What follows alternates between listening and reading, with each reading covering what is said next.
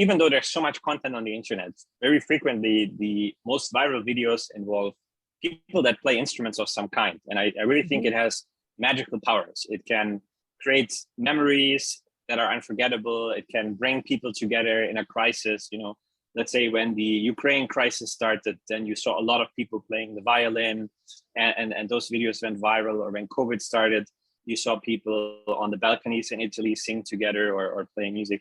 So I think, you know, we're in a really cool space that is doing something beautiful, because our mission is to increase the number of hours the world and humanity spends in playing instruments. So the more we succeed, the more music will be played today and in the future.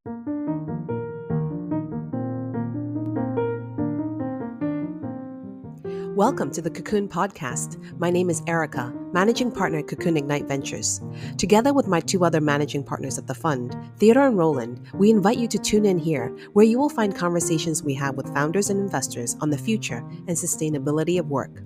We have been talking and listening to founders and investors in Silicon Valley, Southeast Asia, Greater Bay Area, and the One Belt region for over a decade.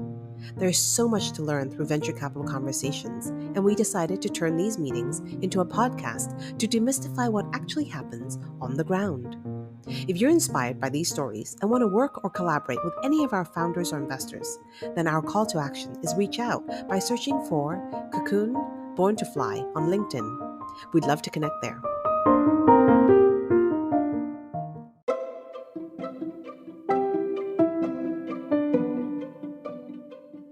Hey, Florian, welcome to the CoCoon podcast. Thank you so much for taking time to do this with me. I know you're in quarantine now, back from Germany, your home country. Could you maybe even start there, Germany? Like, you know, what got you started in this startup in Germany? Did you drop out of university? And also, you know, what brought you to Hong Kong? And how did you get Soundbrenner from an idea to become a Kickstarter success? Yeah, thanks for having me, Erica. Excited to be here. And of course, no worries. I'm happy to talk about how we got started. So basically in 2013, end of 2013, I graduated from university, and then I decided to move to Berlin to get into consulting. My goal was always, I remember even in the first semester in university, I told my professor I was planning to start a business, but I didn't really expect I could do that right out of university. I felt like I needed to have some real work experience. So I wanted to get into consulting. That's why I moved to Berlin. But when I was in Berlin, while I was writing applications, there were all these startup events. So I decided to go to some of them. And then I met, for the first time in my life, I met like startup founders, because where I used to live in my university, it was in a very rural area of Germany with no startup ecosystem whatsoever. And then when I was in Berlin, I met these founders. I was like, wow, like amazing. Like I was almost like I met a celebrity, because I was so excited to, you know, I had always read about it online, and I always, you know, but it always seemed like out of reach and abstract. But then here I was, and somebody who ran a Kickstarter campaign stood in front of me, and I was like so amazed by that. And I remember they raised $50,000 or something like that. And I'm like, wow, they made it. Amazing, right? And then I kind of, at one of these startup events, is called Startup Weekend, where you spend 3 days to develop your business plan. From Friday, Saturday, Sunday, you try to sleep as little as possible and just like build the whole company in 3 days and present it to a jury of investors and other people. And we did that, and that's actually where somebody had, Vinny Tiet, technically one of the co-founders of Soundbrenner, actually. He had the idea, he brought the idea forward for a vibrating metronome, which was the first product of Soundbrenner. I, as a musician, thought, wow, this is amazing, this sounds great. So I joined him in his quest during these 3 days, and we managed to win the first prize of the event. And that's kind of how it all got started. Now I'm going to take a quick break. Maybe you have any follow-on questions, but happy to, you know, keep going. And this is so cool to hear about, Florian. I had no idea you were on the dark side. I didn't know you were a consultant before you became an entrepreneur. But I was only trying to be. I never managed to finish my application process and get in, like, take an offer, I was just instantly sucked into the world of startups. By the time I met you in Hong Kong, you, to me, are an entrepreneur. Like all you can think about and talk about and spend 24/7 doing is the startup Soundbrenner. So to me, you're the ultimate startup guy. And I'm so excited to hear that it was Startup Weekend. It was an ecosystem sort of event that brought together like-minded people. That's something we care a lot about CoCoon, right? Like how do we bring together like-minded people and see what happens when everybody tries to work together, whether it's funding, other resources, talent, the technical parts. Now, I remember hearing you talk about how hard it was to start a hardware business in Germany. Can you maybe tell us a bit more about that and like what made you, take the jump or the transition to move to Hong Kong and Shenzhen? Yeah, definitely. So basically, we make our first product, as I said, was a vibrating metronome. So that's a device you wear on your body. It gives you the beat, and as a musician, you try to play along the vibration and you feel the beat. And so obviously a very important component is the vibration motor. And then I remember we were walking through Berlin because of course we tried to make a prototype of this idea, right? And we walked through every single electronic store in Berlin. We found like one single vibration motor. So it was really difficult to get access to components for prototypes. And I remember maybe 4 months later, I was in Shenzhen in a place called Huaqiang Bay. And there was like this old lady, she had a cart with wheels that you could shove around, and it was transparent. And she had like 300 vibration motors in there. And me and my co-founder, we looked at each other, we were like, wow, this is amazing. Like we're in the right place here. So basically just the whole ecosystem of developing consumer hardware products, it's in Asia. It's in South Korea, it's in Taiwan, it's in Shenzhen. And so if you sit in Europe, you are just away from all of that, and it's very difficult. So on the one hand, you have the components, but then the whole ecosystem around it. So from packaging suppliers to making samples, getting, we have straps, we need leather, we need rivet parts, we need assembly, we need PCBs, we need electrical engineering know-how, we need firmware know-how. All that stuff, like it's almost impossible to find in Germany, because in Germany you have a really good medium-sized companies and the automotive industry and all that stuff, right? So there's definitely a lot of engineering in Germany, but when it comes to lean and mean consumer electronics, early stage development, that kind of thing, you can do it just much better in Asia. And so we met an investor called Brink at an event in Berlin, and they said, hey, we are building an accelerator specialized in hardware in Hong Kong. Why don't you guys come to Hong Kong for a couple of months and we help you to sort out all of this? And I already was in Hong Kong before, which was a huge coincidence. During my studies, I did an internship in Hong Kong. I really loved Hong Kong, so I was easily persuaded. And that's how it started. And then basically I never left. I've been here for 7 years now. So next month I'll get my permanent resident card. So that's cool. Congratulations, Florian, you're a Hong Konger now. Now, I forget, I didn't know about this. Like, I remember you at Brink and I remember meeting you at the pitching events. That's kind of how we got in touch with you and learned about your vision and subsequently got to invest in Soundbrenner. But what happened with the internship? I'm a huge fan of all things internship related. How did you land an internship in Hong Kong prior? Well, that's kind of another somewhat crazy story. I was in university, and my university had the requirement for me to graduate. I needed to make a 4-month internship. And I wanted to go abroad, and I thought China was interesting. So I just wrote applications and I managed to get an internship in Shanghai. And like literally 3 days before I left, my company wrote me that they couldn't get me a 6-month visa. They could only get me a 3-month visa. So then my whole plan was destroyed, and or I could just go anyway, but my university wouldn't recognize it. So I just decided to get into the plane and give it a shot. I went to Shanghai. I did the internship. I was hoping I could figure out a way to persuade them to find a way to extend my visa, but it didn't work. So then the last week in Shanghai, I looked through the map of my company. I realized they had an office in Hong Kong, which has a different visa system. And then at last minute, literally 2 days before I was kicked out of China, I managed to get an internship in Hong Kong. And that's how I came to Hong Kong. So with the same company, they helped me sort this out with the Hong Kong office. And then I came to Hong Kong just for that. But yeah, I'm so glad that happened, because actually I met my fiance in 2011 when I did that internship, and we're still together. So that's kind of like the butterfly effect. So thanks to the Chinese government for setting this up for me. That is a double win. That is a double win, man. Wow.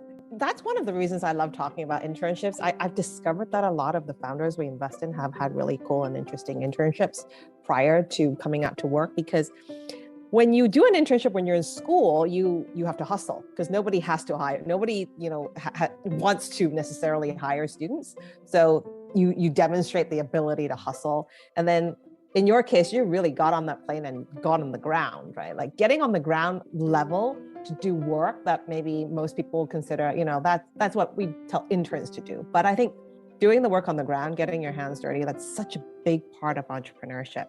So, wow. Again, I learn something new from you every day, Florian. So, okay, you met your fiance, you later came back to Hong Kong, your now fiance, and you later came back to Hong Kong. And I'm sure you were probably shuttling between Hong Kong and Shenzhen during your accelerator program in order to get the Soundbrenner prototype first run going. Can you tell us a bit about that process and experience? Because I hear about stories of founders who are living in the factory or next to the factory for 3 months in order to get their Kickstarter or Indiegogo campaign live. Like, how did it go for you? Yeah, so the first thing we did was to move to Shenzhen for 2 months, roughly, during the development process. And then occasionally we came back to Hong Kong. But in Shenzhen, we found a company specialized in consumer electronics development. And we basically were allowed to work from their office. We were right next to it. So every day we would just work right next to the people doing the industrial design, the mechanical design, the PCB design. And kind of our role as founders in this was to really nail the requirements that the product has, the user interface, the interactions, and also like balancing all the trade-offs. How big should be the battery? Should there be a screen? Should there be buttons? Should it work with capacitive touch? All that thing. And we could, because we were there right in person every day for 2 months, we could really understand very precisely the trade-offs and work with the people that had the expertise to navigate all of this and be extremely fast. So at the end of the 2 months, we actually had a significant amount of the product development completed, such that we had samples and we could launch from crowdfunding. So that was the first time around we did it. Very lean, very fast, very efficient. So I definitely thought, looking back, this was a good way to develop the first product, I would say. And yeah, from there we went into crowdfunding, and that was a whole nother roller coaster. Talk about that roller coaster, because I have heard horror stories on, these sort of crowdfunding websites as well, right? Like the folks who cannot deliver product, or the folks who get really bad reviews. Like, how did you beat the game? How did you make the campaign successful and deliver product? Yeah, I mean, basically, I would say on that question, it really helped to work from the beginning with people that have shipped and developed products that shipped hundreds of thousands, if not millions of units. So they knew what it would take to actually ship this. From the first time any work was done, it was done in mind with mass manufacturing. This is not how a lot of the crowdfunding products start out. A lot of the times you have maybe an industrial designer early in their career, they have an idea, they put something together, and they make it really cool and complicated and exciting. And then they make the campaign, which is an amazing success. And then they go to the factory and they're like, oh, actually, it's 3 times more expensive than I thought. Or I have to start from scratch because the way I designed it, it takes 2 hours to assemble this. So the manufacturability is horrible. So if you do it like this, and that's how a lot of them do it. You can't ship, and the whole campaign is a mess, and you might be able to ship anything to your backers. And yeah, it's really, I empathize with the founders who fail like that, because it's so painful. I imagine to let down all your backers, and always had the best of intentions, but yeah, it's just so hard to actually ship something. So I can definitely that's something people don't Yeah. talk enough about, right? People don't Yeah. talk enough about how hard it is to build hardware startups. Like, not only do you have to build the software, build the community, build the app, build your data model, but you actually have to ship like a piece of product that's atoms, that's in a box that works, and people don't talk about how much that costs. Whether it's running your first 100 pieces, the first 1,000 pieces, first 10,000 pieces, the amount of capital that goes in to getting to shipping hardware is so exorbitantly high compared to the folks who are building apps, that I think it's really helpful for you to share this sort of advice in terms of, hey, look for people who know how to ship products day one, because you need to reverse engineer the process. So by the time you get on Kickstarter, it's not the start, it's also the end of prototyping. How did you go? Sure. How did you go from sort of Kickstarter V1 to V2? I know you've subsequently sort of every year shipped a new version of your product. What happens after the first version? How did you go from being a metronome app to evolve to becoming a smart watch for musicians? Right. Yeah, just one quick side comment to your point. Maybe another funny story on this, was our charging solution, just to illustrate how difficult it can be and how even small things add up. I remember my co-founder and me in that office, we were like, hey, wouldn't it be cool if you could just place the device on a charging station? And that would be so convenient. When you charge it, you just put it on there. And we didn't think much about it. We just told the engineers in that office, hey, can you make a charging station? And we drew it a bit and we mocked it up, and we were like, this is how it should work. And they were like, cool. And then they were like, oh, it's going to be $1 or $2 more expensive than a cable. And we were like, oh yeah, sure, no problem. We sell the product for $99, it's fine.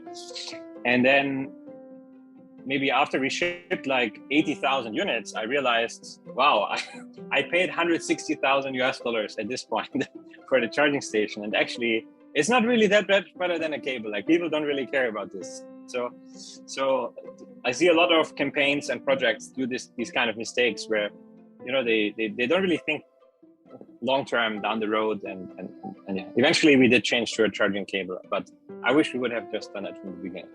But anyway, that is a great story to share too. Anytime you multiply, whether it's an opportunity or a challenge, by X, 10X, 100X, 1,000X, 10,000X, then that becomes, a sizable output, especially when it comes to shipping product. I mean, even shipping something that's a kilo more or half a kilo more, that impacts the business, right? I think from a hardware, it all adds up like crazy. The packaging size, the weight of the product, the accessories, all the little details. So it's really so difficult, let's say, especially right out of university, if you have no experience with this, to fully appreciate the weight of all of these decisions from the start.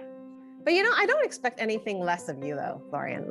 The fact that you asked for that kind of charger, you're to me, you're my German Steve Jobs, right? If you make a product, I know you're gonna make it great. If it means pushing it a little bit harder and trying to fix it or tinker it a little bit more, I know that's who you are from my experience working with you all these years. So I am totally not surprised, and I'm happy you made that decision. But at the same time, I know what you mean by trade-off. That's one really hard problem for hardware businesses, right? The trade-off between the quality of the hardware, the time, the price, and getting it to market and getting it from the Kickstarter campaigns into retail and then into other big boxes, Amazon. How did you do that part of the business as well? Go from shipping a product on Kickstarter to shipping it globally? Right. Yeah. That's another reason why consumer hardware is so difficult, because you basically have to build so many different companies within the same company. Like you just described, one big part of it is the distribution side and also the marketing side. And then there's also the software development and the logistics and the financing. So you have to figure out so many things that you would never have to figure out if you're, let's say, just developing an app. And it's, again, very difficult to do that right out of university when you don't really know anything. But anyway, it's like specifically the distribution. Well, we just took it like everything else, really. Like we had no clue what we were doing. We just jumped into the cold water and we tried to figure it out. We made mistakes along the way. We learned, we iterated, and eventually we came to a good place now, I would say. So for us, this meant, this is also an interesting story, actually. So the biggest music equipment exhibition in the world is called NAMM. It's in Los Angeles every year. And it's like the biggest deal when you make products from musicians. Like, it's the #1 event, okay? And so we decided to go to NAMM to showcase a product with a booth and everything. So that was right after we shipped it. And during the campaign, the largest music retailer in the world had already contacted us. They're called Guitar Center. They're in the US. They have hundreds of stores, really big. And they told us they're really interested in our product. And they want to meet before the exhibition even starts, which was promising. So me and my co-founder, we got into a plane to go to their headquarters, which was also in Los Angeles, close to the exhibition. So we went there and we met the boss of the person who wrote us. I think she was the director of this particular category. I think it was drums products or something. And she loved our product. She really liked it. So then we talked a bit back and forth, and she said, okay, they're interested, they want to have it. And the next day before the show, they want to meet again. So before the show starts. So I got there at 7 a.m. Already to meet her. And then she tried to sign me on. She said, hey, you know, let's make an exclusive contract for all of the United States, and you know, we're gonna place a big order. And I was like, wow, this sounds amazing, but I don't know what the show is going to bring. You know, during the course of the show, maybe we're gonna get better offers. And so I was like, okay, sounds great, but let's talk after the show. I don't want to commit to anything right now. And then to sway me, she came with her boss, which was like the vice president of basically the whole purchasing team. So he was a really big deal in Guitar Center. I think he had essentially hundreds of people in his team. And he came by and he was really excited. So then the show was over. I went back to Hong Kong. We emailed back and forth. And then she said, the CEO of Guitar Center wants to meet me.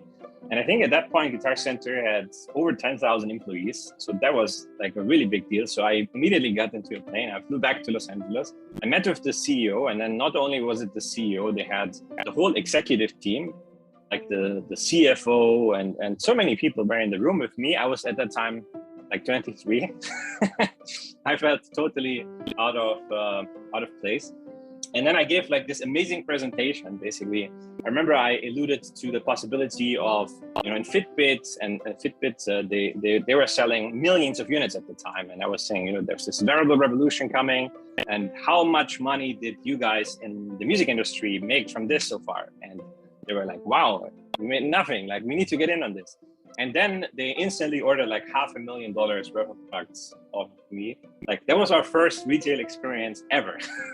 So, it was kind of this. It almost felt like in a movie, because that's the best part. Yeah, that is the best part. And you talked about, you know, not having enough experience about, you know, the different parts of the business, whether it's hardware building, finance, logistics, distribution. But I think that is to your benefit. That is to your benefit to not know anything, because then you have enough ignorance to give you courage to like show up and talk to your biggest customer on day one at this like conference and be like, all right, guys, take it easy. You know, we're a startup and we'll talk to you later. And so they just keep escalating it up until the CEO meets you and convinces you that, you know, they would be a wonderful partner. And what happened with, you know, Guitar Center? Like, how did the distribution happen? And maybe for those who are listening, tell us a bit about how your users use Soundbrenner and the different versions of it, core and the likes, and what the music community's like so far. Right, yeah. I mean, in terms of distribution, we did end up making a deal with Guitar Center. It all worked out. We shipped all the units they ordered, and they continue to be a customer today. They order basically every 2 weeks more devices, and we're on all of their platforms. And of course, now we are in over 1,000 music stores in over 100 countries. So we significantly expanded that retail footprint over time as we figured out how things work. In terms of the different products, so right now we have 2 major versions. It's called the Pulse. That's our original product. That one has just the vibrating metronome feature. And then the latest version is called Core, where we basically iterated on this vision where we turned the whole device into a smartwatch, like you alluded to. So now it has a screen. It gets actually smartphone notifications from your phone. It also has more features. It has a contact tuner. It has a decibel meter for volume monitoring, and even more things that the device has. It can alert you when you're damaging your ears automatically. It has like an alarm, and it's kind of like a Swiss watch for musicians that takes as much friction out of the practicing as possible. So our products, they always have the goal to make music practice addictive, to take the pain out of practice. So you as a musician, you focus on your music, what matters, you have an easier time practicing, because anything good we can help musicians to elevate their craft, their music, the better, right? So that's our mission. And another kind of happy surprise that happened along the way is our software part of the company, because basically the device needed a companion app, right? So we wanted to keep the device really slick, really simple, not 18 buttons. So we figured you connect it to a phone, and then you can have a really nice interface, and you can set up everything and customize everything. So we built the app, and then we said, wait a second, this is a really cool app. Also, if you don't have the hardware, because all we have to do is make the app play a sound instead of the vibration. And we have a traditional metronome app that everybody can use, even if they don't have a hardware device. And maybe some people will download it, and then they will like it and buy the device because of it. So it's like marketing, right? And we just give it away for free to everybody. So we did that, and it turns out our people really loved our app. So we got, the first year we got like 10,000 downloads. Then the next year we got 100,000 downloads. Then the next year we got 500,000 downloads. Then the next year we got 2 million downloads. And at this point, I think we're approaching 10 million lifetime downloads.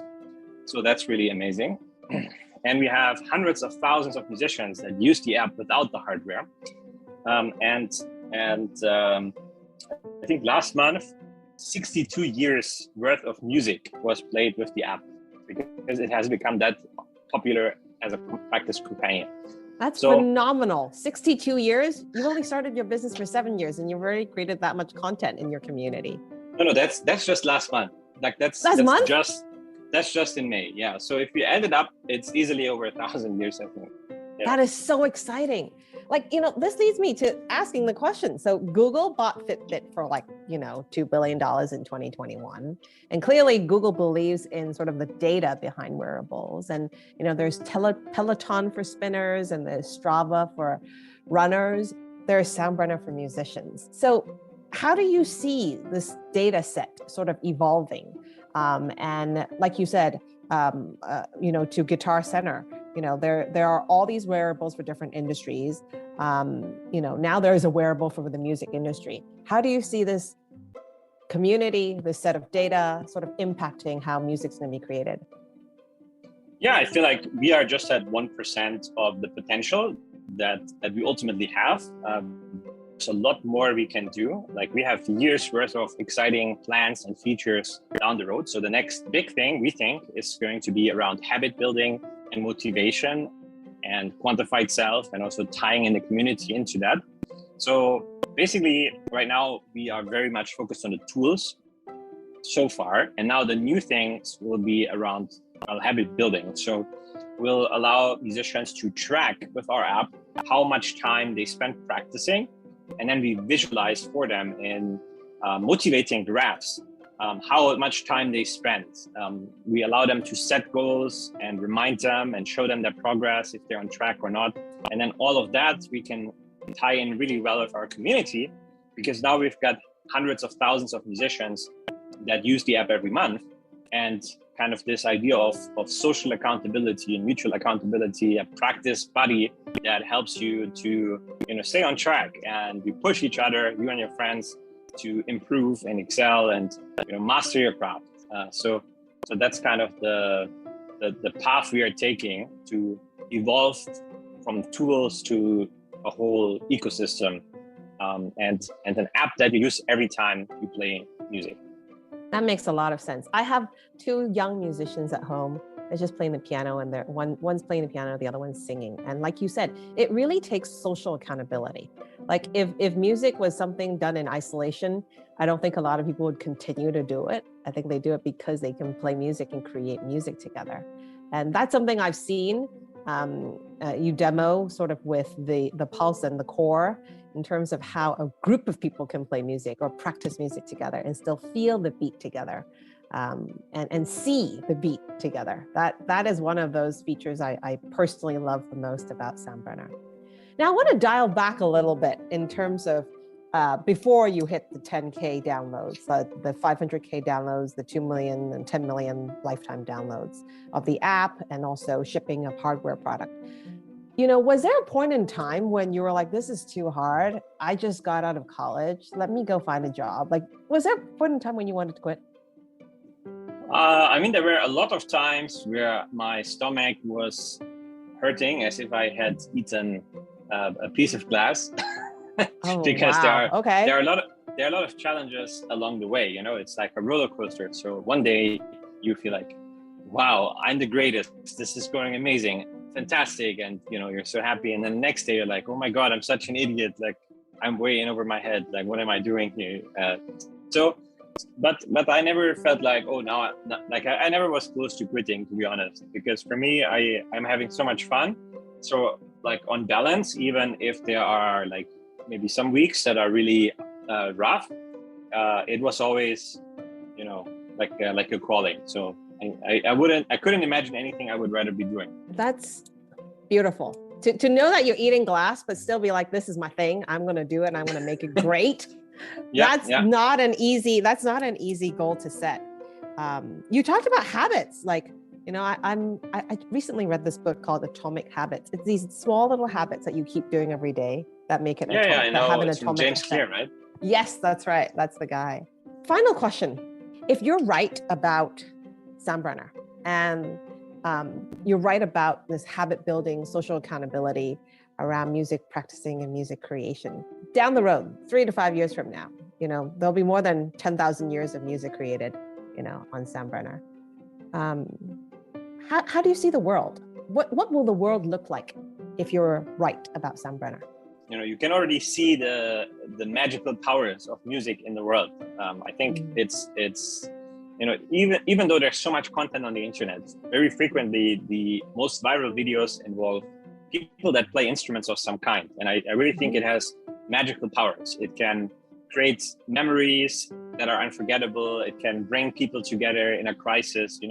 Let's say when the Ukraine crisis started, then you saw a lot of people playing the violin, and those videos went viral. Or when COVID started, you saw people on the balconies in Italy sing together or playing music.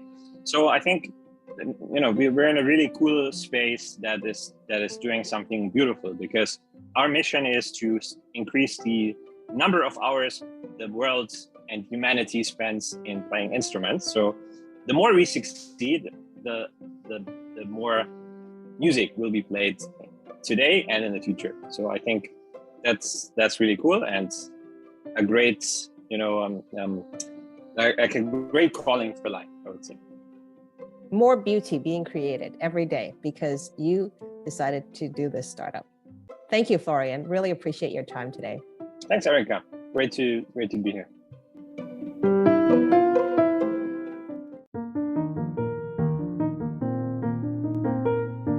Hey, Thank you for listening today. If you like what you heard, don't forget to subscribe to hear more from entrepreneurs and investors on why they got started, how they got through the hard parts, and what they'll be doing next. If you're inspired by these stories and want to work or collaborate with any of our founders or investors, reach out by searching for CoCoon Born to Fly on LinkedIn. We'd love to connect there. Download more episodes or subscribe via Spotify or YouTube.